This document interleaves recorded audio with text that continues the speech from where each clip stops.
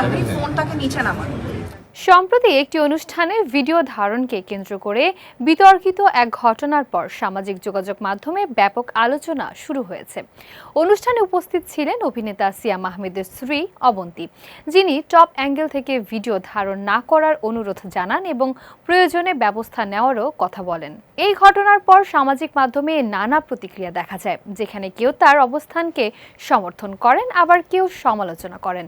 এমন পরিস্থিতিতে তার পাশে দাঁড়িয়েছেন চিত্রনায়িকা পরীমনি। এক ফেসবুক পোস্টে তিনি লিখেন, আহারে, কেউ ন্যায্য হয়ে শুধু আঙ্গুল তুললেই হইল, ব্যাস সে খারাপ, সেই খারাপ, দুনিয়ার সব দোষ তার। তিনি আরও বলেন, অবন্তীর মতো শান্ত মেজাজের মানুষ হাতে গোনা হয়। এটা যে বা যারা তাকে জানে সবাই একমত হবে নিশ্চয়ই। এই রকম পরিস্থিতিতে আমরা যারা সচরাচর এইসব ক্যামেরাম্যানদের সামনে পড়ি, তারা সবাই জানি আমরা কি ফেস করি।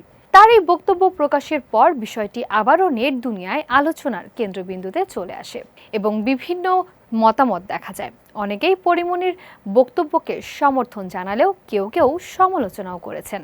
ঘটনাটি ঘিরে সামাজিক যোগাযোগ মাধ্যমে নারী নিরাপত্তা, ব্যক্তিগত স্বাধীনতা এবং ক্যামেরা ব্যবহারের নৈতিকতা নিয়ে নতুন করে বিতর্ক তৈরি হয়েছে। পরীমনির ভক্তদের একটি অংশ মনে করছেন ক্যামেরা ব্যবহারে শিষ্টাচার বজায় রাখা জরুরি।